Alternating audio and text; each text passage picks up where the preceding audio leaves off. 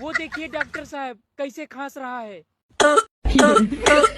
इसकी माँ का। देखा डॉक्टर साहब, ऐसे ही खांसता रहता है दिन भर। इसका खांसी किसी तरह से ठीक कर दीजिए। अबे तू टेंशन मत ले, आज साले को ऐसा इंजेक्शन लगाऊंगा कि जिंदगी भर के लिए खांसी चला जाएगा। तुम इसका पैर पकड़ो।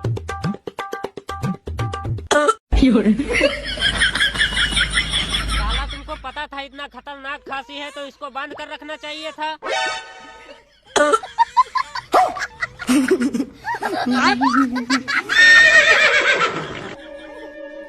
और अभी तो रुको, क्लाइमैक्स अभी बाकी है।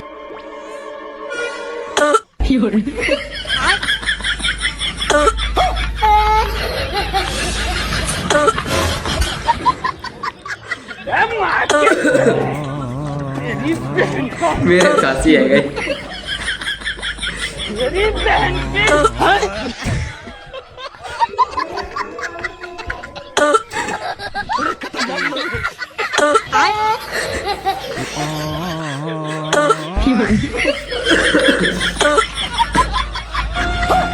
सारी कहानी